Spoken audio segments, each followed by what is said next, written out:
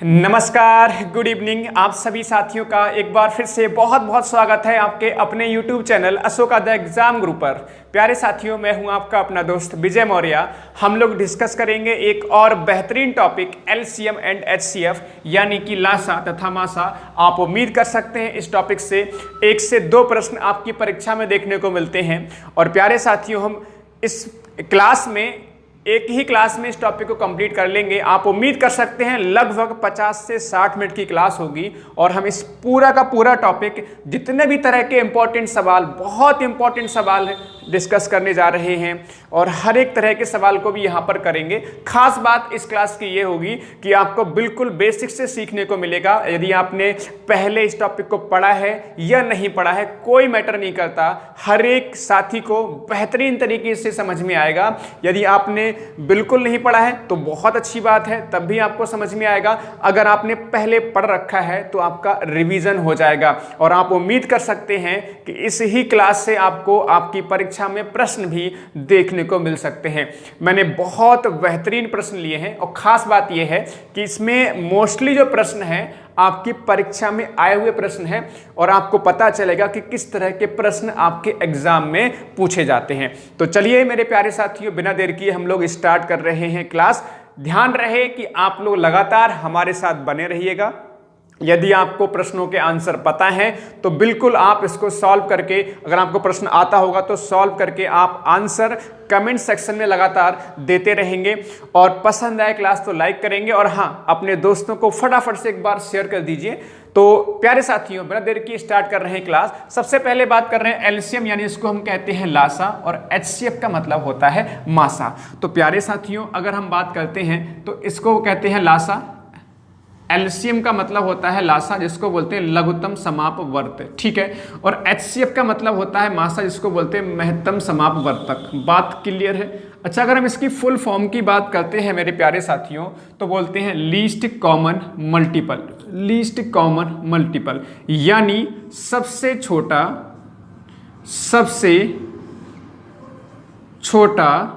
सार्वगुणज। सबसे छोटा सार्वगुणज कहते हैं किसको? लीस्ट कॉमन मल्टीपल यानी LCM, जिसको लासा कह देते हैं शॉर्ट में। इसका मतलब है सबसे छोटा सार्वगुणज। जबकि महत्तम समापवर्तक को कहते हैं हाईएस्ट कॉमन फैक्टर यानी सबसे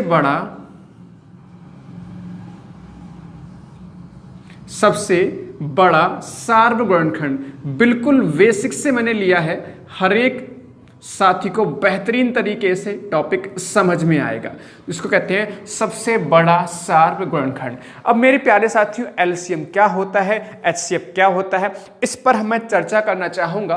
तो एग्जाम्पल ले लेते हैं। मान लिए प्यारे साथी, मैंने एग्जाम्पल लिया, संख्या ली मैंने, एक संख्या ली 10 और दूसरी संख्या मैंने 15 ले ली, ठीक है।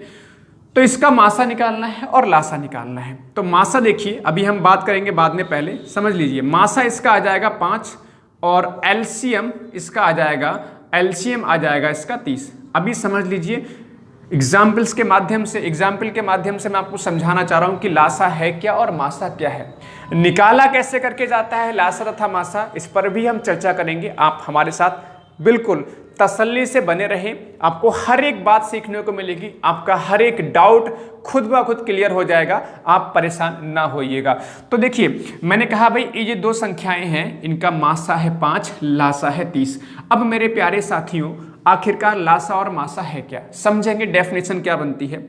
दी गई संख्याओं का मासा समझेंगे। सबसे पहले बात कर रहा हूं मासा की।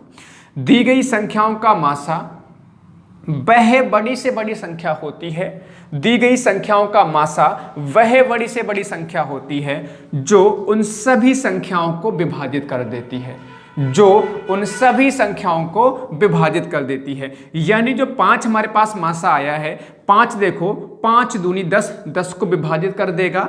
5 से भाग करेंगे 15 को, 15 भी 5 से विभाजित हो जाएगा। यानी फिर सुनिएगा, दी गई संख्याओं का मासा वह बड़ी से बड़ी संख्या होती है जो उन सभी संख्याओं को विभाजित कर देती है। देखो 5 से कट जाएगा, 5 दूनी 10, 5 दिए 15, कट जाएगा।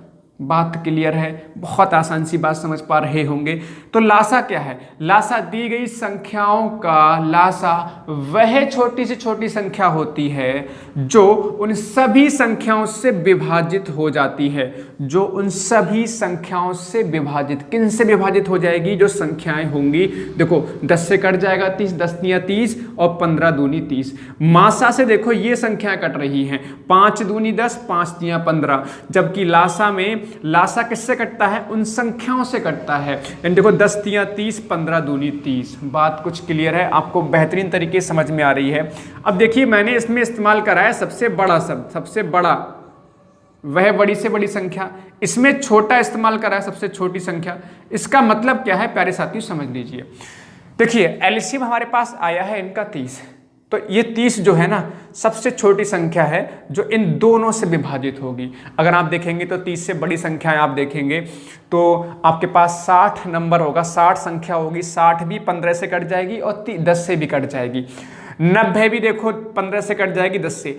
30 से बहुत सारी संख्याएं बड़ी होंगी जो इन सभी संख्याओं से, यानी इन दोनों संख्याओं से विभाजित हो रही होंगी। लेकिन 30 से छोटी कोई संख्या नहीं है जो इन दोनों से विभाजित हो जाए। अलग अलग तो हो जाएगी, हम दोनों की बात कर रहे हैं। मतलब 10 और 15 दोनों से विभाजित होने वाली सबसे छोटी संख्या क्या है? 30 है। और यही क्या है? सबसे छोटी संख्या लासा कहलाता है। बात क्लियर। अब मासा की बात क्या है? ये सबसे बड़ी संख्या है, मतलब इससे बड़ी कोई संख्या नहीं है जिससे ये दोनों संख्या विभाजित हो जाए। हालांकि इससे छोटी 1 होगी, 1 से कट जाएगा, देखो 1 ढाई 10, 1 15 15। लेकिन इससे बड़ी और कोई संख्या नहीं है जो इन दोनों संख्याओं को विभाजित कर देती है। तो देखो मासा में क्या है? मासा जो बनता है, मासा से संख्या विभाजित हो जाती है और लासा में संख्याओं से लासा विभाजित होता है। इतनी सी बात आप सभी साथियों के लिए बेहतरीन तरीके से समझ में आ रही होगी। अब मेरे प्यारे साथियों बढ़ेंगे प्रश्नों की तरफ। कैसे करके लासा निकाला जाता है, कैसे करके मासा निकाला जाता है, आप बने रहेंगे हमारे साथ। अगर आपको प्रश्न आते हैं तो बिल्कुल सॉल्व करके आंसर्स देते रहेंगे। हम आपके बिल्कुल सभी आपके कमेंट्स बिल्कुल स्वागत करेंगे, सभी कमेंट्स का। बहुत बढ़िया, चलिए तो आगे बढ़ेंगे। बिल्कुल पहला सवाल आपके मोबाइल की स्क्रीन पर दिख रहा होगा। प्यारे महारथियों, पहला सवाल है क्या? 10, 15 तथा 20 का लासा क्या है? तो जल्दी से आप सभी साथी आंसर देंगे। 10, 12 तथा 15, सॉरी 10, 15 तथा 20 का लासा क्या है? तो देखो बहुत आसान तरीके से लासा निकाल सकते हैं। लासा आप बचपन से निकालते हुए आ रहे हैं और मासा भी निकालते हुए आ रहे हैं, तो आपसे उम्मीद कर सकते हैं कि लासा और मासा आपको निकालना आता होगा। लेकिन फिर भी हम यहाँ पर छोटी छोटी जो बातें हैं जो आपको जल्दी प्रश्न सॉल्व करके देंगी, उन पर बिल्कुल चर्चा करेंगे। तो पहला सवाल है क्या? बहुत आसान सवाल है कि भाई 10, 15 और 20 का एलसीएम निकालना है। तो एलसीएम में देखो सबसे पहले चाहे लासा निकालो या मासा निकालो, आप क्या करेंगे? हमें ऐसी संख्या देखेंगे जिससे सभी संख्या विभाजित हो जाएं। तो देखो 5 एक ऐसी संख्या जो ये भी कट जाएगा, ये भी कट जाएगा, ये भी कट जाएगा। 5 दूनी 10, 5 तियां 15, 5 चौक 20। अब ऐसी कोई संख्या नहीं है जिससे तीनों संख्या विभाजित हो जाएं। लेकिन 2 एक ऐसी संख्या जिससे 2 संख्या कट जाएंगी। एक तो ये 2 एकम 2, 3 नहीं कटेगा, वैसे रहेगा 2 दूनी 4। ठीक है, अब आगे करने की आवश्यकता नहीं, क्योंकि हमें कम से कम 2 संख्या विभाजित करनी होती है। तो इसमें 2 संख्या विभाजित नहीं हो रही हैं, तो फटाफट से गुणा कर लेंगे। 5 दूनी 10 और तियां 30 और दूनी कितना? 60। तो बच्चों इसमें एलसीएम कितना आ जाएगा प्यारे साथियों? एलसीएम कितना आ जाएगा? 60 आ जाएगा। ये पहला सवाल है। बहुत सुंदर, बहुत बढ़िया। क्वेश्चन नंबर 2 की तरफ बढ़ेंगे। तो क्वेश्चन नंबर 2 है क्या? इसको जल्दी से आप लोग इसका भी आंसर देंगे कि संख्या 90, 60, 75, 90, 60, 75 तथा 35 का लासा क्या होगा? 90, 60, 75 तथा 35 का लासा क्या होगा? तो क्वेश्चन नंबर 2 की बात कर रहे हैं हम लोग। तो इसमें 90, 60, 75 और 35 का लासा, तो फटाफट से इसको कर लेंगे। देखेंगे यहाँ पर 5 से भाग कर लें, 5 आ जाएगा, 18 आ जाएगा, 5 12 पंजे 60 आ जाएगा। बहुत आसान सी बात आप समझ पा रहे होंगे। 5 से 60 को भाग करेंगे 12। यहाँ पर कितना आएगा आपका 5, 15 आ जाएगा।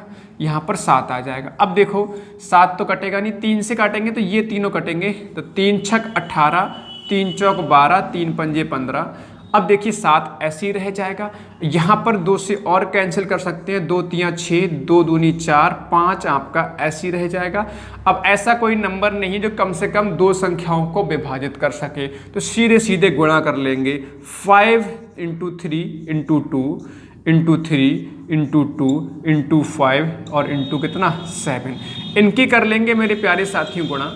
तो 5 तियाँ 15 दूनी 30, ठीक है, 30 तियाँ 90 दूनी 180 और 180 पंजे हो जाएगा 900 और 900 6300। तो आप कहेंगे सर इसका आंसर हो जाएगा 6300। बताओ, बहुत आसान, बात समझ में आ रही, सबके आंसर भी आ रहे हैं, बहुत बढ़िया। ऑप्शन नंबर इसमें दूसरा सही हो जाएगा, इसमें कोई दिक्कत वाली बात नहीं है, आपको आसानी से मासा यहाँ पर समझ में आ रहा होगा। अब देखिए इस तरह के प्रश्न मैं करा रहा हूँ, आपके मन में विचार इस तरह का आ सकता है सर ये तो बहुत आसान सवाल है, इस तरह के सवाल नहीं आते। देखिए इस तरह के सवाल बिल्कुल आते हैं, आप ऐसा नहीं कह सकते कि इस तरह के सवाल नहीं आते। आप अपना जो एग्ज़ाम है ना उसकी बुक उठा के देखें, अगर आए हुए प्रश्नों को देखेंगे, बल्कि मैं आपसे पहले ही बोल रहा हूँ कि ये जो प्रश्न डिस्कस कर चुका हूँ ये सब के सब आए हुए प्रश्न हैं। तो आगे बढ़ेंगे क्वेश्चन नंबर 3 की तरफ। क्वेश्चन नंबर 3 प्यारे साथियों है क्या, 24, 12, 36 और 60 का मासा बताना है। 24, 12, 36 और 60 का मासा बताना है। तो प्यारे साथियों मासा भी इसी तरह से निकालेंगे, बस थोड़ा चेंज होगा। देखिए मासा से क्या होता है, मासा वह बड़ी से बड़ी संख्या आती है जिससे सब संख्याएं विभाजित हो जाती हैं। तो ऐसी संख्या देखो बड़ी से बड़ी जिससे ये सब संख्याएं कट जाएं। अगर आप ध्यान से देखोगे तो 2 से सभी संख्याएं विभाजित हो जाएंगी, 3 से भी सभी संख्याएं विभाजित हो जाएंगी, 6 से भी हो जाएंगी, 12 से भी हो जाएंगी, लेकिन 12 से बड़ी कोई संख्या नहीं है जो इन सब को विभाजित कर सके। तो प्यारे साथियों देखो मैं आपको 2 तरह से निकाल के दिखा रहा हूँ मासा। एक तो 2 से कैंसिल करो तो 12 आ जाएगा, फिर 6 आ जाएगा और 18 आ जाएगा और यहाँ पे 30 आ जाएगा। ऐसे ही अगर मैं कहूँ 2 से फिर कैंसिल कर लो, 2 छंग 12, 2 तियाँ 6, 2 नेम 18 और 2 15 कितना 30। अब 3 से कर लीजिए, 3 दूनी 6, 3 एकम 3, तियाँ 9, 3 पंजे 15। मासा क्या होता है, मासा वह संख्या जिससे सभी संख्या विभाजित हैं। देखो 2 से भी सभी संख्या विभाजित हुई, 2 से भी सभी संख्या विभाजित हुई, 3 से भी हुई। इसके अलावा अब देखो चारों संख्या विभाजित नहीं होंगी किसी एक नंबर से, तो यहाँ पर 2 × 2 और × 3 दूनी 6 दूनी 12, यानी इसका मासा यानी HCF कितना हो जाएगा 12। एक तरीका ये हो गया। दूसरा यहाँ पे समझने की कोशिश करेंगे कि एक ऐसा नंबर हम बड़े से बड़ा ले लें जिससे एक बार में सॉल्व हो जाए। तो यहाँ पे 12 दूनी 24, 12 एकम 12 और 12 तिया 36, 12 पंजे 60। तो डायरेक्ट आप आंसर लिख सकते हो 12। अगर आपके अंदर क्षमता है इस तरह की कि आप बड़ी से बड़ी संख्या डायरेक्ट निकाल सकते हो तो आपको आवश्यकता नहीं है इस तरह से करने की। अदरवाइज अगर आपको लगता है कि हम नहीं निकाल पा रहे हैं इस तरह से, छोटी छोटी संख्या से काटते चले जाओ, बाद में इनकी मल्टीप्लाई कर लो। बात क्लियर है। अगर लासा पूछा होता तो इनको तो लेते ही लेते हम, साथ में इनकी भी गुणा करनी पड़ती हमें। बात समझ में आ रही है, बहुत आसान तरीके से आप इस बात को समझ पा रहे होंगे। एक और प्रश्न लेते हैं, आपको और ज़बरदस्त तरीके से चीज़ें समझ में आएंगी। क्वेश्चन नंबर 4 को फटाफट से आप लोग सभी महारथी सॉल्व करेंगे। क्या है, संख्या 425 तथा 476, 425 तथा 476 का महत्तम समापवर्तक है। तो प्यारे महारथियों जल्दी से आप इसका आंसर देंगे। देखते हैं कौन सबसे पहले आंसर देगा। क्वेश्चन नंबर 4 बहुत आसान सवाल है, ठीक है। थोड़ा सा आप ऑप्शन की भी हेल्प ले सकते हो, ऐसी कोई बड़ी बात नहीं है, ठीक है। जैसे कि अगर मैं कहूँ क्वेश्चन नंबर 4 की बात करूँ तो क्वेश्चन नंबर 4 है क्या प्यारे साथियों, बहुत आसान सी बात है। 425 और 476 इसका आपको मासा निकालना है। तो ऑप्शन देखो 4 है हमारे पास। ऑप्शन 1 हमारे पास, पहला जो ऑप्शन है, पहला ऑप्शन हमारे पास क्या है 4 है, दूसरा ऑप्शन है 5, तीसरा ऑप्शन 51 और चौथा ऑप्शन है हमारे पास कितना 17, ठीक है। चौथा ऑप्शन हमारे पास 17। तो 4 से दोनों नहीं कैंसिल होंगे, 5 से दोनों कैंसिल नहीं होंगे, क्या 51 से कैंसिल होंगे? 51 से कैंसिल भी नहीं होंगे, ठीक है। 51 से कैंसिल हो सकते हैं क्या? करके देखो फटाफट से, कैंसिल हो सकते हैं क्या? नहीं कैंसिल होंगे 51 से भी। 17 से कैंसिल होंगे, तो 17 हमारा आंसर हो जाएगा। फिलहाल अगर मैं बात करूं तो 17 से देखो, 17 दूनी 34, कितना बचेगा आपका 8, 17 34, 6 2 8, 17 5 85 हो जाएगा। 17 दूनी 34, कितना बचेगा आपका 7 6 13, 17 8 136 हो जाएगा, ठीक है। तो अब देखो दोनों संख्या किसी संख्या से नहीं घट रही, तो आंसर कितना होगा इसका? आंसर कितना हो जाएगा? 17। बताओ जल्दी से बताओ सभी महारथी, यहां तक सभी साथियों को अच्छे समझ में आया? तो थोड़ी सी ऑप्शन की भी हेल्प ले सकते हैं, ऐसा कोई इशू नहीं है। अदरवाइज जो आपके पास आपने जिस मेथड से मासा निकालना सीख रखा है, उस मेथड का भी आप आसानी से इस्तेमाल कर सकते हैं। फिलहाल आगे बढ़ेंगे। अब देखिए क्वेश्चन नंबर 5 की बात करें तो कह रहा है 2 सह अभाज्य संख्याओं का महत्तम समापवर्तक होगा। 2 सह अभाज्य संख्याएं, ध्यान रखेंगे, ऐसी संख्याएं जिनका मासा 1 होता है, या हम कह सकते हैं जिनमें उभयनिष्ठ गुणनखंड 1 होता है, ठीक है, 1 होता है, तो वो संख्याएं कहलाती हैं सह अभाज्य संख्याएं। तो क्वेश्चन नंबर 5 में हो जाएगा आपका एक आंसर होगा, सह अभाज्य संख्याओं का महत्तम समापवर्तक 1 होता है। जैसे 3 और 5 की बात करो तो ये सह अभाज्य संख्याएं हैं, क्योंकि ये किसी अन्य नंबर से नहीं घटेंगी। दोनों किससे घटेंगी? दोनों जो है केवल 1 से विभाजित हो सकती हैं। 1 3 3, 1 5 5। 7 और 9 देखो, 1 7 7 और 1 9 9, मतलब दोनों संख्याएं किसी एक संख्या से विभाजित होनी, दोनों संख्याएं किसी अन्य संख्या से विभाजित नहीं होनी चाहिए, केवल किससे होनी चाहिए? 1 से होनी चाहिए। हम ऐसे कह सकते हैं कि अगर संख्याओं का उभयनिष्ठ गुणनखंड 1 होता है तो वे संख्याएं कहलाती हैं सह अभाज्य संख्याएं। तो ध्यान रहेगा, सह अभाज्य संख्याओं का मासा कितना होता है? 1 होता है। क्वेश्चन नंबर 6 की बात करेंगे। क्वेश्चन नंबर 6 की तरह के सीटेट में प्रश्न पूछे जाते रहे हैं। इतिहास उठा के देखेंगे सीटेट का, तो इस तरह के सवाल पूछे जाते हैं।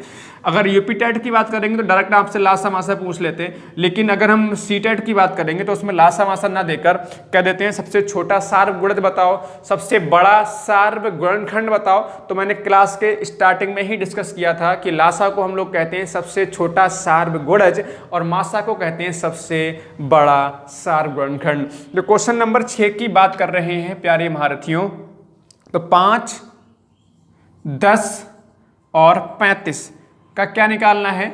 सबसे छोटा सार्वगुणज यानी लासा निकालना है, सबसे बड़ा सार्वगुणनखंड यानी मासा निकालना है। यानी लासा और मासा का अंतर आपसे पूछा गया है।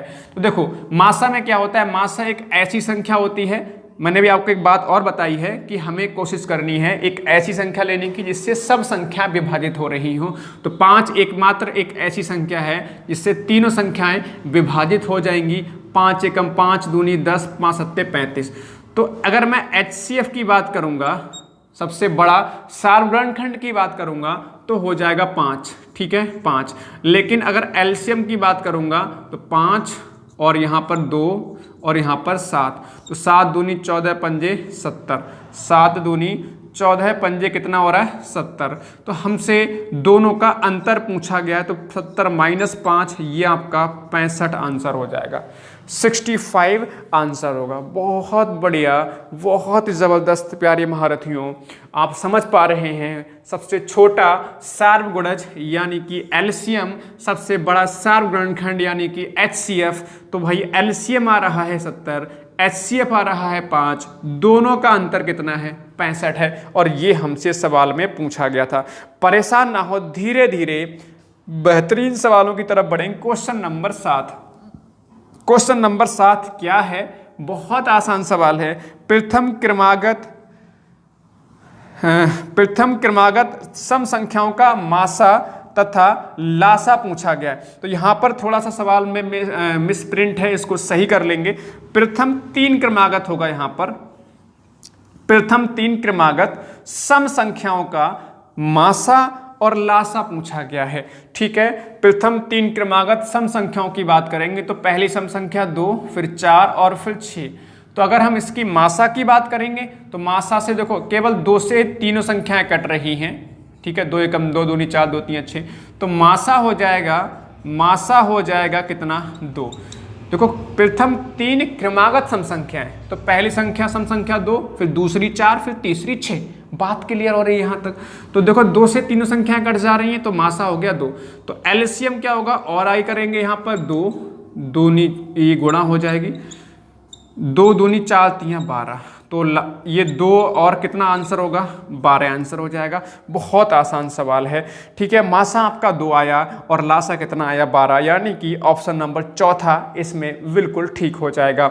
अब मेरे प्यारे साथी यहाँ से थोड़े से सवाल चेंज हो रहे हैं। क्वेश्चन नंबर 8 की बात करें तो आप देख पा रहे हैं 8 में क्या है, क्वेश्चन नंबर 8 में कि भाई 2/3 और 3/4 का हमें लासा निकालना है। यानी कि यहाँ पर हम बात कर रहे हैं फ्रैक्शंस की, यानी भिन्नों की।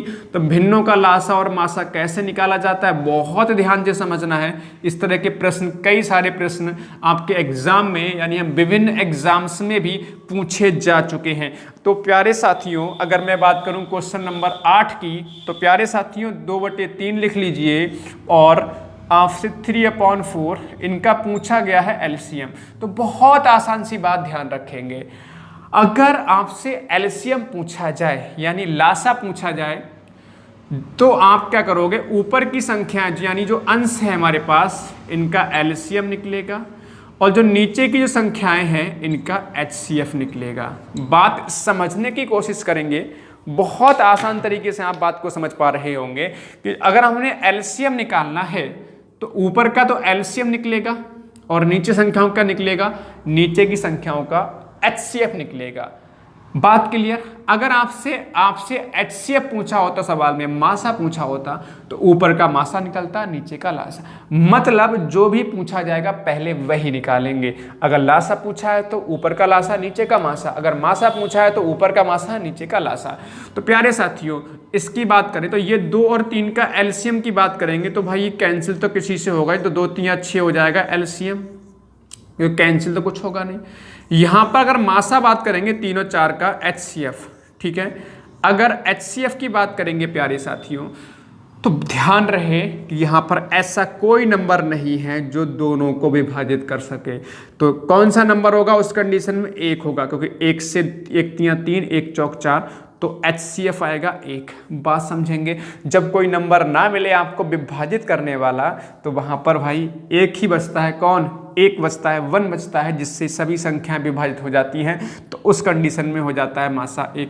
तो अब फाइनल आंसर कैसे लिखेंगे, ऊपर का जो आंसर आया, ऊपर का जो एलसीएम निकाला वो आया 6, नीचे का एचसीएफ निकाला कितना आया 1, तो ऊपर का आंसर ऊपर चिपका देंगे और नीचे का आंसर नीचे चिपका देंगे, तो आपका फाइनल आंसर आ जाएगा 6। बहुत आसान तरीके से इस सवाल को आप समझ पा रहे होंगे।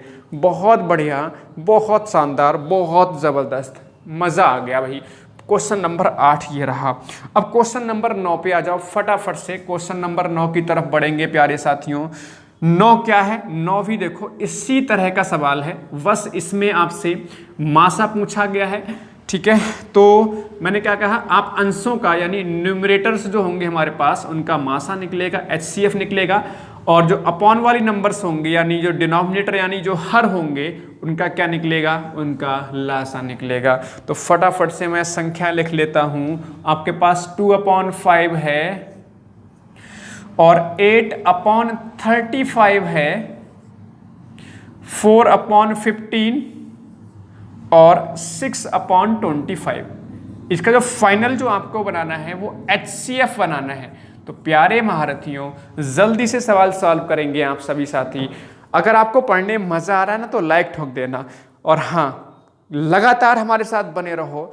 यकीन मानो पूरा टॉपिक आपका 50 से 60 मिनट की क्लास में कंप्लीट कर लेंगे, कुछ भी नहीं बचेगा। बहुत आसान तरीके से आप इस टॉपिक को सीख पाएंगे। बस आपको हमारे साथ मिलकर लगातार मेहनत करते रहना है, लगातार बने रहना है। तो प्यारे साथी इसमें एचसीएफ पूछा तो मैंने आपको बताया कि भाई अगर मासा पूछा है ना तो भाई ऊपर का मासा निकलेगा, यानी 2, 8, 4 और 6 का क्या निकलेगा, HCF निकलेगा। तो प्यारे महारथियों, दो एकमात्र ऐसा नंबर है जिससे ये सभी संख्याएं विभाजित हो रही हैं, इसके अलावा और कोई नंबर नहीं है जिससे सभी संख्याएं विभाजित हो जाएं। तो यहाँ पर जो फाइनल देख पा रहे हैं, मतलब ऊपर वाली जो नंबर्स हैं इनका मासा आ गया 2। जब मासा पूछा होता है तो ऊपर का मासा निकलेगा, नीचे क्या निकलेगा, लासा। तो 5, 35, 15 और 25 का क्या निकलेगा, लासा निकलेगा। तो पहले 5 से विभाजित कर लो, 5 एकम 5 सत्ते 35, 5 तिया 15, पंजे पंजे 25। अब और कोई नंबर नहीं है जिससे कोई विभाजित हो, क्योंकि कम से कम दो संख्याएं विभाजित होनी चाहिए एलसीएम में, तब तो विभाजित करें, अदरवाइज विभाजित करने का कोई मतलब नहीं बनता। तो 5 × 7 × 3 × 5 तो कितना होगा, 7 पंजे 35 तिया 105, ठीक है, या 5 तिया 15 सत्ते 105। और 105 की गुणा अगर 5 से होगी, अगर 105 की गुणा 5 से होगी तो प्यारे साथियों 525 हो जाएगा, 525। तो ऊपर का आंसर ऊपर लिख देंगे 2, नीचे वाली संख्याओं का आंसर नीचे लिख दिया जाएगा 525। तो फाइनल आंसर आपका बनेगा 2/2 बनेगा 525। बहुत बढ़िया, ठीक है, कहीं मिस्टेक हुआ क्या, 5 35 15, 5 एकम 5 सत्ते 35, 5 तिया 15, 5 तिया 15 सत्ते 105। हाँ ठीक है, आंसर आ तो गया, दूसरा वाला आ गया, कोई दिक्कत नहीं, सही किया सवाल। 2/525, 2/525, ठीक है, दूसरा वाला ठीक ऑप्शन हो जाएगा। तो यहां पर हमने अभी भिन्नों का लासा और मासा निकालना सीखा, यानी फ्रैक्शंस अगर आपको दिए होते हैं तो कैसे निकाला जाता है लासा। एक बार फिर से मैं रिकॉल कर दूं जिससे आपको याद रहे चीजें, मैं आपको बता दूं। अगर हमें HCF निकालना है, यानी मासा पूछा गया है, तो जो अंश होंगे और हर होंगे, इस तरह से अंशों का क्या निकलेगा, HCF, और हरों का निकलेगा LCM। अगर आपको LCM निकालना है, अगर आपको LCM पूछा गया है तो अंश अपॉन हर की बात करेंगे, तो अंशों का निकलेगा LCM और हरों का निकलेगा आपसे HCF। बात समझ में आ रही है आपको? बिल्कुल, आप हर एक बात बेहतरीन तरीके से यहाँ तक समझ पा रहे होंगे। अब क्वेश्चन नंबर 10 की तरफ बढ़ रहे हैं। यहाँ बहुत अच्छे समझने की आवश्यकता है बच्चों, क्योंकि यहाँ से प्रश्न पूछे जाते हैं। ऐसा कोई एग्जाम नहीं है जिसमें इस तरह का सवाल नहीं पूछा गया हो। तो क्वेश्चन नंबर 10 को सॉल्व करने से पहले एक छोटी सी ये आप ट्रिक याद रखेंगे कि n1 × n2 is equal to होता है LCM × HCF। क्या होता है? LCM × HCF होता है। n1 का मतलब है पहली संख्या और n2 का मतलब है दूसरी संख्या। LCM का मतलब है लासा और HCF का मतलब है मासा। तो प्रश्न कैसा बनता है? प्रश्न में क्या होगा, क्या दो संख्याओं का मासा यानी कि HCF यहाँ पर दे रखा है 11 और LCM है 693, तो मैंने यहाँ पर इस तरह से चिपका दिया। और एक संख्या यानी n1 दे रखा है 77 और n2 हमसे पूछा गया है। बस कैंसिल लगा दो, 11 7 77, 7 नेम 63, 7 नेम 63, तो n2 प्यारे महारथियों, प्यारे साथियों, प्यारे दोस्तों कितना हो जाएगा? 99। बहुत आसान सा इस तरह का सवाल पूछा जाता है जिसमें एक संख्या दे देते हैं और लासा और मासा देकर दूसरी संख्या आपसे पूछ लेते हैं। तो ध्यान रहे, पहली संख्या गुणे दूसरी संख्या बराबर लासा गुणे मासा। बहुत आसान सी बात समझ पा रहे होंगे। ऐसे क्वेश्चन नंबर 11 पर आ जाओ फटाफट। क्वेश्चन नंबर 11 क्या है? दो संख्याओं का HCF यानी महत्तम सावर्तक 35 है और उनका लासा 525 है। उनमें एक संख्या 175 है, दूसरी संख्या बताओ।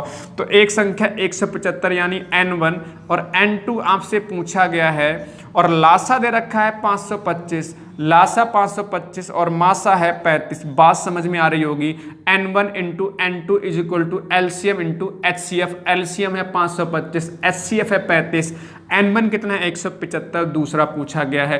तो 35 से काटेंगे, 35 पंजे हो जाएगा 175, 5 से कैंसिल करेंगे 105, तो दूसरी जो संख्या आएगी वो 105 आएगी। बेहतरीन सवाल है, इस तरह के सवाल को याद रखेंगे, बहुत बार यूपी टेट में पूछा गया इस तरह का सवाल। क्वेश्चन नंबर 12 पे चलेंगे फटाफट से। क्वेश्चन नंबर 12, ये थोड़ा सा अलग सवाल है लेकिन बहुत इंपॉर्टेंट सवाल है। आप मान के चल सकते हो ये सवाल एग्जाम में इस बार देखने को मिल जाए तो कोई बहुत बड़ी बात नहीं होगी। क्वेश्चन नंबर 12 को देखेंगे क्योंकि ये सवाल में बहुत सारे साथी कर नहीं पाएंगे, इसलिए ध्यान से समझेंगे। दो संख्याओं का योग 36 है, उनका मासा तथा लासा 3 तथा 105 है। संख्याओं के व्युत्क्रमों का योगफल आपसे पूछा गया है। तो मेरे प्यारे साथियों ध्यान से सुनेंगे। कह रहे हैं दो संख्याओं का योगफल 36 है, यानी अगर मैं कहूं आपसे, पहले समझ लेते हैं बेसिक क्या होगा, फिर मैं आपको ट्रिक बताऊंगा इसकी, ठीक है। तो अगर मैं कहूं दो संख्या आपके पास, एक संख्या x है दूसरी y है, तो इनका जो योगफल दे रखा है वो 36 दे रखा है। बात क्लियर है। अब कह रहे हैं संख्याओं के व्युत्क्रम, तो अगर मैं कहूं x का व्युत्क्रम अगर मैं कहूं तो 1/x कह सकता हूं, और y का व्युत्क्रम 1/y कह सकता हूं, और इनका योगफल हमसे पूछा गया है। मतलब संख्या जो हमने मानी है x और y, इनके व्युत्क्रमों का योगफल क्या होगा आपसे पूछा गया है। मेरे प्यारे साथियों, अगर मैं x इंटू बाई की बात करूं, यानी इनका इसका और इसका लासा लेने की बात करूं, तो डायरेक्ट मल्टीप्लाई हो जाएगी। x से x कट जाएगा, x से भाग करेंगे, x x कट जाएगा, बाई बचेगा, बाई से गुणा होगी, बाई एकम बाई हो जाएगा। ऐसी बाई से भाग करेंगे तो बाई से बाई कैंसिल हो जाएगा, x बचेगा और x एकम x हो जाएगा। इतनी सी बात आपको समझ में आ रही होगी। अब मेरे प्यारे साथियों, हमें समझना होगा यहाँ पर कि हमें दो संख्याओं का योगफल पता होना चाहिए। अगर दो संख्याओं का योगफल पता होगा तो यहाँ पे चिपका देंगे इसकी जगह पे। दूसरा, दो संख्याओं का गुणनफल पता होना चाहिए। जबकि सवाल को अगर ध्यान से देखेंगे तो आपको दो संख्याओं का योगफल दे रखा है 36, यानी हमें इसका मान तो पता है, इसका मान तो पता है, लेकिन क्या हमें गुणनफल पता है? गुणनफल अभी हमें नहीं पता है। लेकिन प्यारे महारथियों, आपको पता है कि n1 into n2 is equal to होता है LCM इंटू HCF, ये होता है ना। तो n1 यहाँ पर है x और n2 है y, यानी पहली संख्या x मानी है, दूसरी y, और LCM आपके पास 105 है और HCF 3 है, यानी दोनों संख्याओं का गुणनफल कितना, 105 गुणे 3। तो यहाँ पर वैल्यू पुट करो, x प्लस y कितना है आपके पास, 36 है, बहुत बढ़िया।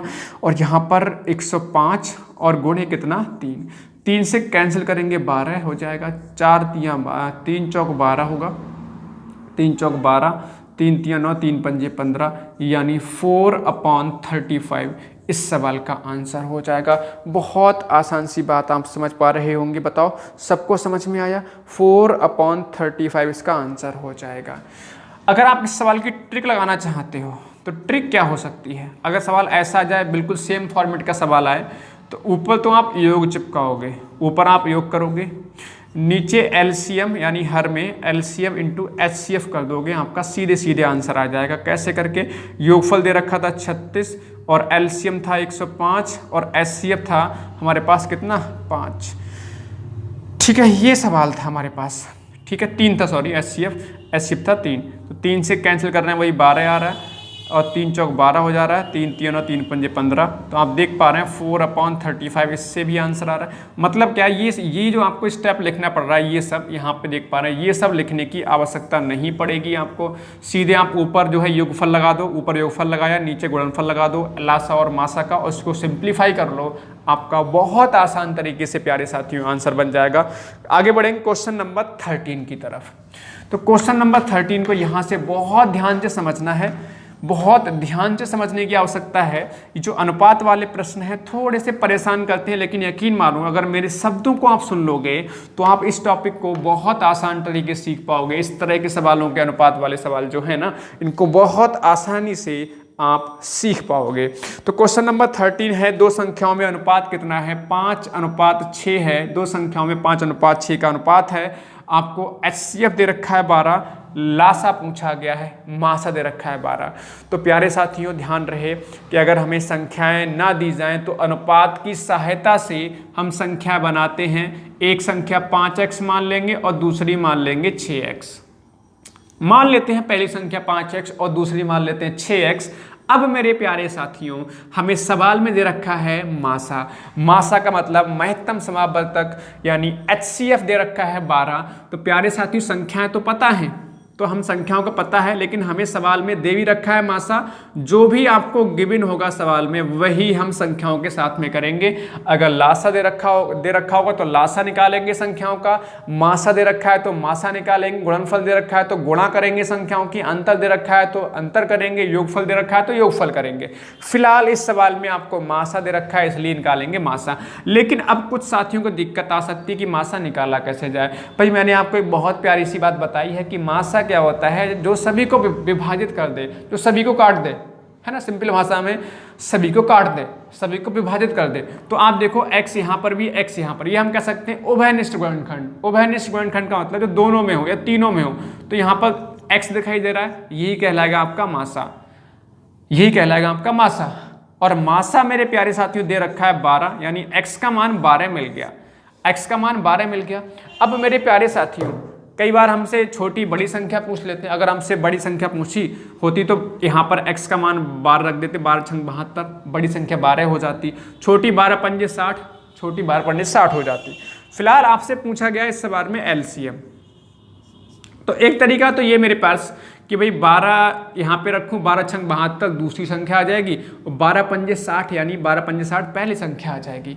60 और 72 का लासा निकाल लीजिए, आपका आंसर बन जाएगा। लेकिन अगर मैं इसको बहुत आसान तरीके से और शॉर्ट में करना चाहूँ तो प्यारे साथियों लासा ही निकालना है तो क्यों ना इन संख्याओं का लासा निकाल लें। तो लासा में क्या होता है, देखो मासा में तो केवल जो सब में दिखाई दे वही होता है, या सब में कॉमन हो वही होता है मासा। लासा में क्या होता है, मासा की जो संख्या है वो तो खैर लिखोगे, साथ में जो संख्या बच जा रही होती हैं उनकी भी गुणा कर लेते हैं। 6 पंजे 30, 6 पंजे 30, तो x तो कॉमन हो गया, तो एक बार लिख गया, 6 पंजे 30 और लिखेंगे, तो यानी कि 30 x का मान निकालना, और x का मान कितना है हमारे पास 12, तो 12 तियां कितना हो जाएगा 36, यानी कि 360 इस सवाल का आंसर होगा। मजा आ रहा है तो लाइक ठोक देना। इस तरह के सवाल भी बहुत पूछे गए हैं आपके UP TET, C TET, super TET जैसे एग्जाम्स में, इस तरह के सवाल बहुत ज़्यादा पूछे जाते हैं। ठीक है, ये भी सवाल आपके किसी परीक्षा, कौन सी स्टेट टेट ये नहीं कह सकता मुझे, लेकिन किसी ना किसी टेट में पूछा हुआ सवाल है।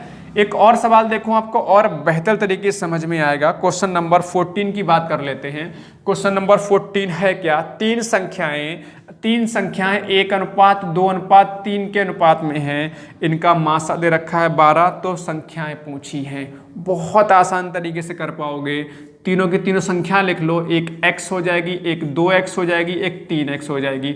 और मैंने आपको कहा है ना प्यारे साथियों कि सवाल में देखो दे क्या रखा है, तो सवाल में मासा दे रखा है, इसलिए इनका क्या निकालेंगे, मासा निकालेंगे। और मासा देखो यहाँ पर भी x है, यहाँ पर भी x है, यहाँ पर भी x है, तो मासा कितना हो गया, x हो गया।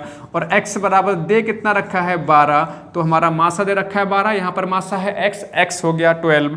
तो संख्या पूछी है, तो पहली संख्या x बराबर तो 12 हो ही गया, जबकि 2x कितना होगा, तो 12 दूनी 24 आपकी दूसरी संख्या हो जाएगी। और तीसरी कितनी होगी, 3 गुणे 12 यानी कि 12 तियां 36। तीसरी कितनी है 3x, दूसरी कितनी है 2x, x का मान रख दिया 12, 12 दूनी 24 और 12 तियां 36। ये हमारा क्या हो गया, संख्याएं हो गई 12, 24 और 36। बताओ, अगर मजा आया तो लाइक ठोको सभी महारथियों। बिल्कुल, बहुत सुंदर, बहुत ज़बरदस्त। हम लोग क्वेश्चन नंबर 14 कर चुके हैं, क्वेश्चन नंबर 15 पर पहुंच चुके हैं।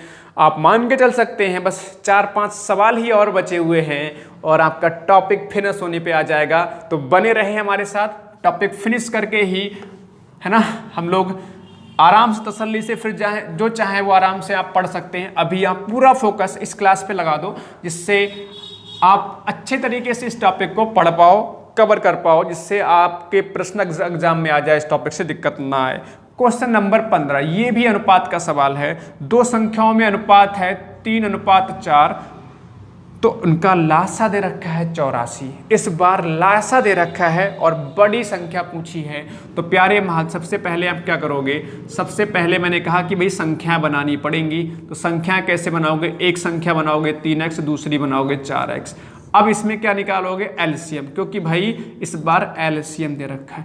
और मैंने आपको बताया है इस सवाल में जो भी दे रखा होगा, अगर लासा दे रखा होगा तो लासा निकालेंगे, मासा दे रखा होगा तो मासा निकालेंगे। तो यहाँ पर लासा दे रखा है तो लासा निकालेंगे। लासा कैसे निकलता है, सबसे पहले जो भी कॉमन है वो लिख लेंगे, तो x कॉमन दोनों में लिख लिया, फिर बाकी संख्या गुणा 4 तियां 12, तो आपका लासा आ गया 12x। और ये दे कितना रखा है सवाल में, 84 दे रखा है, तो 12 सत्ते हो गया 84, यानी प्यारे साथियों x का मान कितना आ गया 7। और हमसे पूछी गई है बड़ी संख्या, तो बड़ी संख्या देख पा रहे हैं आपके पास 4x है, यानी 7 चौक हो जाएगा 28, और ये क्या हो गया आंसर। बिल्कुल लगातार आप हमारे साथ बने रहें, कमेंट्स लगातार आप करते रहें, पढ़ने में मज़ा आ रहा है। एक बार जल्दी से सभी साथी कमेंट करेंगे, पढ़ने में सबको मजा आ रहा है, जल्दी सब साथी कमेंट करके बताएं यस और नो।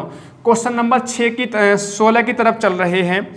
दो प्राकृत संख्याओं का अनुपात 6:11 है। देखो अभी देखो बहुत बेहतरीन सवाल ये भी क्या है, दो प्राकृत संख्याओं का अनुपात 6:11 है, इनका लासा दे रखा है 462, मासा पूछा है।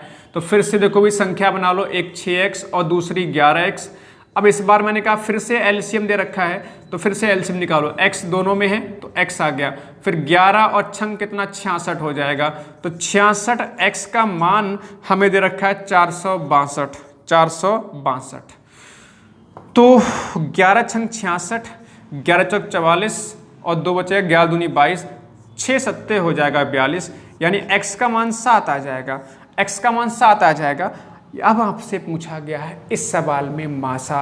प्यारे साथियों अगर आपसे मासा पूछा गया है तो आप खुद बताइए इनका मासा होगा कितना। मासा का मतलब जो उभयनिष्ठ कॉमन हो, यानी कॉमन कितना है भाई, यहाँ पर x है, मासा कितना आ रहा है, मासा आपका x आ रहा है, इनका मासा इनका x आ रहा है, और x का मान हम ऑलरेडी पहले ही निकाल चुके हैं 7, यानी x = 7 हो जाएगा, यानी इस सवाल का जो मासा होगा वो आपका 7 हो जाएगा। तो चौथा ऑप्शन बिल्कुल सही होगा। समझने की कोशिश करेंगे, मैंने कहा जो भी आपको दे रखा होगा सवाल में वही बनाते हैं, या तो लासा दे रखा होगा या फिर मासा दे रखा होगा। तो मैंने कहा भाई इस सवाल में आपको लासा दे रखा है, तो लासा कैसे निकालते हैं, पहले कॉमन देख लेते हैं, मतलब कॉमन तो हमारा मासा हो जाता है, मासा कितना हो रहा है x, मासा के जब लासा निकालते हैं मासा तो लेते ही लेते हैं, साथ में जो संख्याएं बच जाती हैं उनकी भी गुणा, 11 66, तो 66x दे रखा था 462, x का मान आ गया 7, और हमारा मासा बन कितना रहा है 7, मतलब x बन रहा है, तो x कितना दे रखा है, x कितना निकाला है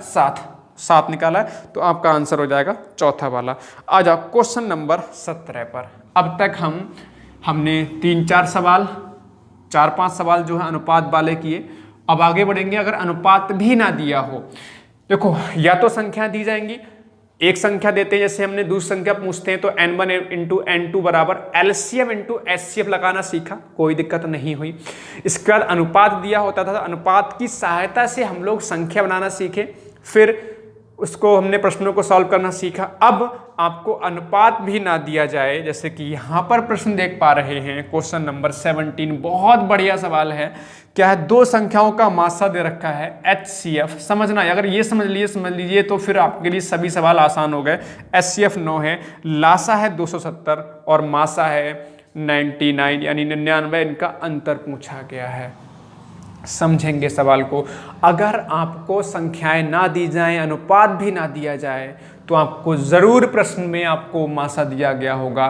तो मासा की सहायता से बहुत आसान तरीके समझेंगे। मासा की सहायता से दो संख्या बना लेंगे, एक 9x और एक 9y। बात क्लियर। मासा की सहायता से दो संख्या बना लेंगे, एक 9x एक 9y। अब मेरे प्यारे साथियों, पहली बात, संख्याओं का योगफल दे रखा है 99, यानी संख्याओं का योग कर लेते हैं तो 9x + 9y, 9x + 9y दे रखा है 99। तो मेरे प्यारे महारथियों, यहाँ पर अगर हम बात करें तो यहाँ पे 9 कॉमन हो जाएगा, अंदर बचेगा x + y = 99। तो 9 से कैंसिल कर लो तो 11 आ जाएगा, x + y = 11। इतनी बात समझ में, इसको इक्वेशन 1 बोल देते हैं। ध्यान रहे, कई बार हम लोग जब एक्स वाई देखते हैं तो डरने लग जाते हैं।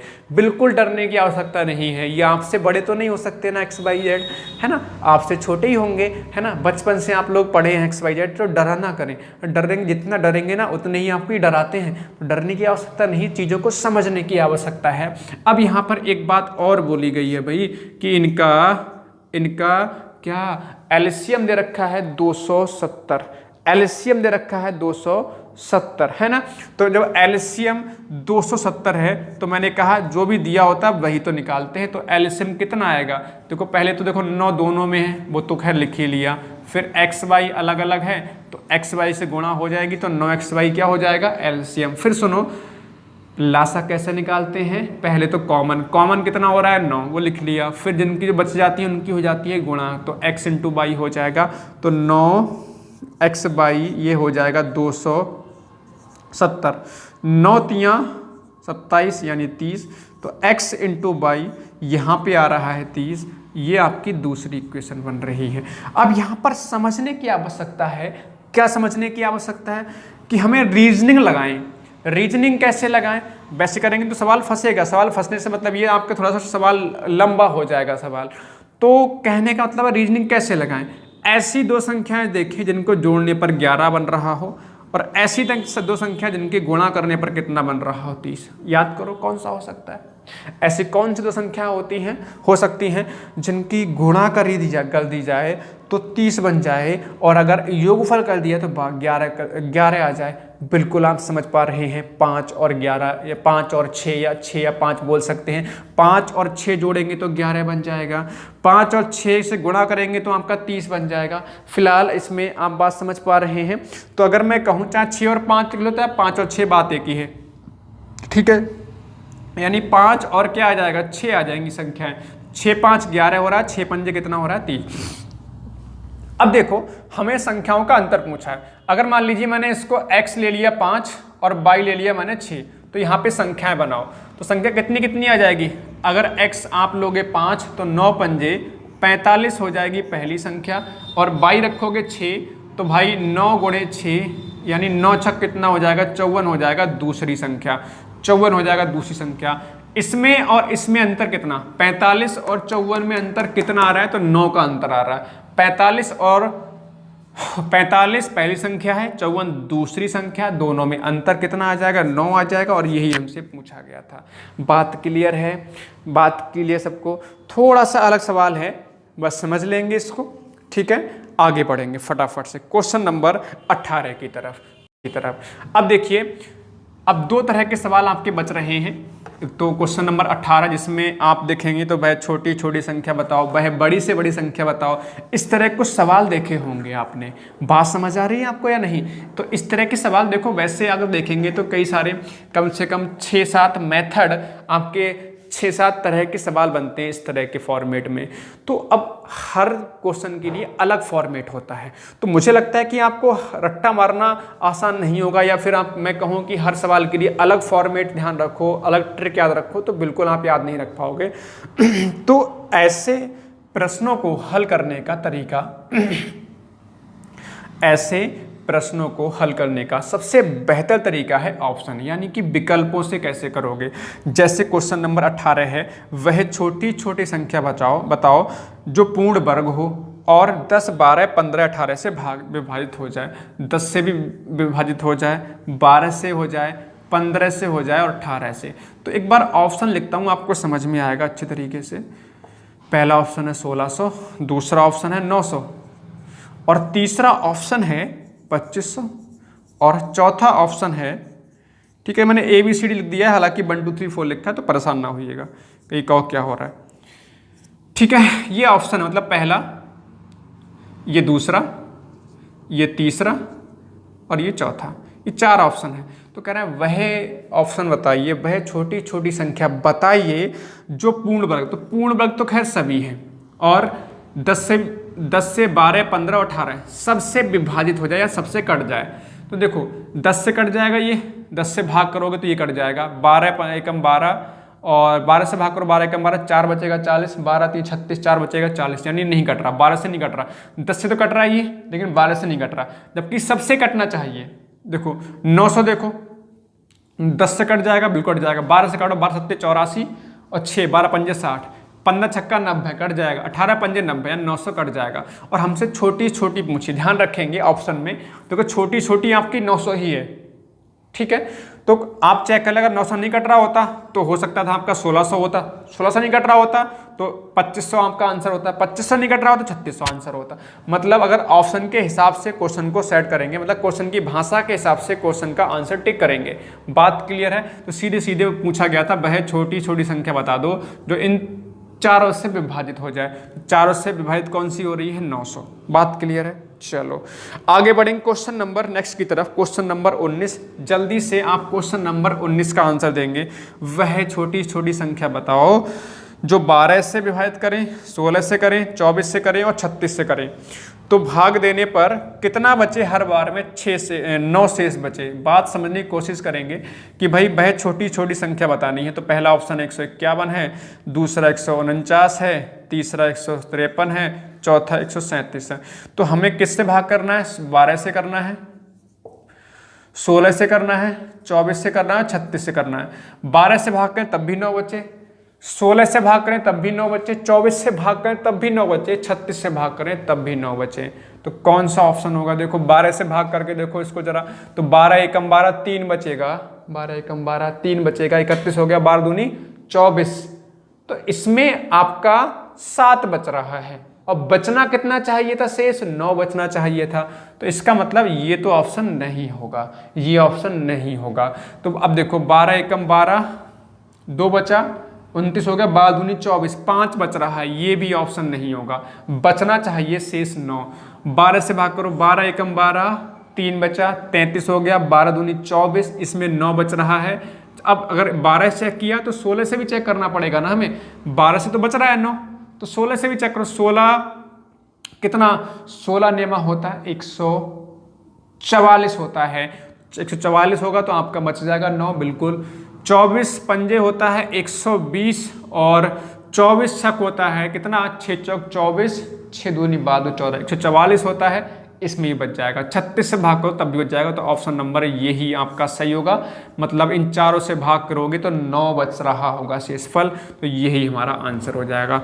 बात क्लियर है? तो सीधे देखो मैं आपको बता रहा हूँ इसलिए बताने में समय लग रहा है। अगर आप खुद भाग करोगे ना फटाफट से तो जल्दी जल्दी क्वेश्चन सॉल्व हो जाएंगे। अदरवाइज आप हर एक प्रश्न के लिए ट्रिक याद करते रहोगे तो परेशान हो जाओगे। यकीन मानो बहुत मुश्किल हो जाएगा आपके लिए याद करना। चलो अब आ जाओ क्वेश्चन नंबर 20 पर। बस अंतिम 2 सवाल बचे हैं, अंतिम 3 सवाल बचे हैं, 20, 21 और 22। बने रहो। मैंने आपसे कहा था कि हम 50 से 60 मिनट की क्लास में कंप्लीट कर लेंगे। लगभग 51-52 मिनट की क्लास हो चुकी है। यकीन मानो 60 मिनट से ज़्यादा एक क्लास नहीं होगी। मैंने आपसे पहले ही बोल रखा है।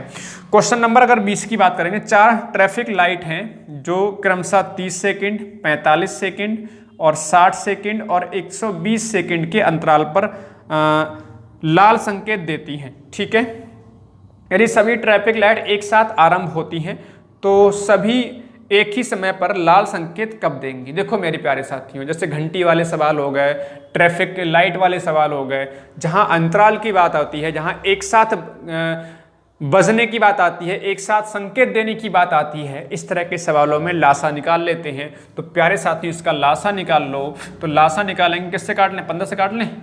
15 दूनी 30, 15 तियाँ 45, 15 चौका 60, 15 अट्ठे 120। अब 2 एकम 2, 3 ऐसी रह जाएगा, 2 दूनी 4, 2 चौक 8, फिर से 2 से कैंसिल कर लीजिए, 3 ऐसी रह जाएगा, 2 एकम 2 दूनी 4। तो 15 दूनी 30 दूनी 60, तियाँ 180 दूनी 360, 360 सेकेंड इसका क्या हो जाएगा आंसर? बताओ कितना आसान सवाल है। 360 सेकेंड यानी कि चौथा। जहां भी मैंने कहा एक साथ बजने की बात हो, एक साथ संकेत देने की बात हो या समय अंतराल की बात हो तो वहां पर आपका लासा निकाला जाता है। घंटी वाले सवाल बोले घंटी क्रमशः इतने इतने सेकंड के अंतराल पर बजती तो वहां पर भी लासा निकाला जाता है। यहाँ पे ट्रैफिक लाइट है, यहाँ पर भी आपका लासा निकाला है। या मान ली अलार्म बजते हैं तो वहां पर भी आपका लासा निकलेगा। बहुत आसान सी बात समझ पा रहे हैं। अब क्वेश्चन नंबर जो 21 है ना, 21 में थोड़ा चेंज करा गया। 3 चौराहों की ट्रैफिक लाइट है, 1 मिनट 75 सेकेंड और 90 सेकेंड के बाद बदलती हैं। ठीक है, यदि वे एक साथ 7:50 सुबह को, है ना, AM लिखा है, बदले हो तो पुनः एक साथ कब बदलेंगे? तो देखो इसमें भी क्या निकलेगा, 1 मिनट को चेंज कर लो सेकंड में, 60 सेकंड लिख सकता हूँ इसको, 75 सेकंड और 90 सेकंड। एलसीएम निकालो फटाफट से, ठीक है ना। तो 15 चौका 60, 15 75 और 15 छक्का 90। अब देखो 2 दूनी 4, 5 ऐसी रहेगा, 2 तियां 6, अब कुछ कैंसिल नहीं होगा। तो 15 दूनी 30 दूनी 60, तियां 180, पंजे 900, तो 900 सेकंड आएगा, 900 सेकंड आएगा। एक काम कर सकते हैं, इसको बदल लो मिनट में, 60 से भाग कर लोगे क्या हो जाएगा, मिनट में चेंज हो जाएगा। तो आपका 6 15 यानी 15 मिनट आ जाएगा, यानी 15 मिनट के बाद एक साथ बदलेंगे। ठीक है, 15 मिनट बाद एक साथ ट्रैफिक लाइट बदलेंगी। तो अब देखो सुबह अगर मैं कहूँ 7:50 पर बजी है, मतलब बदली है, संकेत बदला गया है, ट्रैफिक लाइट बदली है, तो अब 15 मिनट बाद बदलेंगी, यानी आप कह सकते हो 15 मिनट बाद, तो आपका 8:05, सुबह के 8:05 पर बदलेंगी, पुनः एक साथ बदलेंगी। बात समझ में आ रही है या नहीं आ रही? जो आता है ना वो आपका पुनः एक साथ बदलने का आता है कि 15 मिनट बाद, हर 15 मिनट में एक साथ बदलेंगी। इसका मतलब क्या है, हर 15 मिनट में एक साथ बदल रही हैं। तो अगर 7:50 पर बदली हैं तो जस्ट 15 मिनट बाद का मतलब हो गया कि 8:05 पर बदलेंगी। ऑप्शन नंबर आपका तीसरा सही हो जाएगा। अब मेरे प्यारे साथियों, अंतिम प्रश्न आज की क्लास का, बहुत शानदार, बहुत जबरदस्त, बहुत लाजवाब। अब ये प्रश्न इसका आंसर देंगे, बहुत अच्छा प्रश्न है, ये आया हुआ प्रश्न है एग्जाम में, क्वेश्चन नंबर 22। आई थिंक शायद 2014 में पूछा हुआ सवाल है, पीआरटी में, यानी पेपर 1 में, मुझे एग्जैक्ट याद नहीं है, लेकिन ये पूछा हुआ सवाल है। कह रहे हैं 65 और 117 का मासा, 65 और 117 का क्या चीज, HCF। ठीक है, तो कह रहे हैं अब 65 m माइनस 117 के रूप में दर्शाने योग्य हो तो m का मान पूछा गया है। m का मान कैसे निकालेंगे, पहले तो इनका मासा निकालो। मासा में देखो ये दोनों किससे कटेंगे, किससे विभाजित होंगे, किससे डिविजिबल हैं, तो आप कहोगे सर किससे हो जाएंगे बताओ, 13 से, 13 पंजे 65, 13 नेमा 117, हाँ ये 13 से हो जाएंगे। तो मासा कितना आ गया, 13। तो कहने का मतलब क्या है, इनका मासा जो है इसको सेटिस्फाइड करना चाहिए, है ना। ये तो बोला है सवाल में, अगर ध्यान से देखोगे ना, कह रहे हैं इसको इस रूप में दर्शाने के लिए, यानी अगर मैं कहूं कि ये मासा, कह रहे हैं इनका मासा इस रूप में दर्शाने योग्य बनाने के लिए m का कितना मान रखना होगा। तो अगर मासा 13 है तो ये 13 आपका बनना चाहिए। तो कैसे बनेगा 13, अगर m यहां पर 1 रखोगे तो आपका 65 माइनस 117 होगा, तो बात नहीं बनेगी। m बराबर 2 रख दो, अगर 65 माइनस 2 रखोगे और माइनस 117 करोगे तो 65 दूनी हो जाएगा 130 और माइनस 117, तो देखो 13 आ गया, नहीं आ गया आपका। या हम अगर मैं इसको और अच्छे समझाऊं, तो आप इसको ऐसे समझ लो, m का हम क्या मान रखें यहाँ पर, जो यहाँ पर रखने के बाद 13 से विभाजित हो जाए, ऐसे समझ लो। तो भाई आप m बराबर 1 रखोगे तो दिक्कत आएगी, माइनस में आएगा, तो प्लस में आने के लिए m बराबर 2 रखोगे तो 65 दूनी 130 हो जाएगा, 130 में 17 घटेगा, 117 घटेगा तो 13 आ जाएगा, 13 विभाजित है आपका। तो आंसर क्या होगा इसमें, दूसरा वाला बिल्कुल ठीक हो जाएगा। सॉरी, दूसरा का मतलब कौन सा हो रहा है, हाँ बिल्कुल जो 2 है आपका, दूसरा ऑप्शन 2 बिल्कुल ठीक होगा। तो प्यारे महारथियों, प्यारे साथियों, कैसी रही आज की क्लास, जल्दी से सभी साथी कमेंट करें, लाइक करें और शेयर करें। और हाँ मेरे प्यारे साथियों, किसी तरह का आपको लगता है कि कुछ भी डाउट है तो कमेंट सेक्शन में जरूर बताएं, क्या आपको फायदा मिल रहा है इन क्लासेस से या नहीं मिल रहा है, आप रिवीजन कर पा रहे हैं या नहीं कर पा रहे हैं, आपने जो पहले पढ़ा था और जो अभी हम लोग पढ़ रहे हैं सभी इंपॉर्टेंट क्वेश्चंस, आपको कितना बेनिफिट मिल रहा है। आपका हर एक कमेंट, हर एक व्यू आपका हमें मोटिवेट करेगा आगे क्लासेस लाने में। सभी महारथियों का बहुत बहुत धन्यवाद। इसी तरह से हर एक क्लास में एक टॉपिक कंप्लीट करते हुए चलेंगे। मात्र 50 से 60 मिनट की क्लास में एक एक टॉपिक को बेहतरीन तरीके से हम लोग कवर कर लेंगे। सभी महारथियों का बहुत बहुत धन्यवाद। जय हिंद, जय भारत, वंदे मातरम।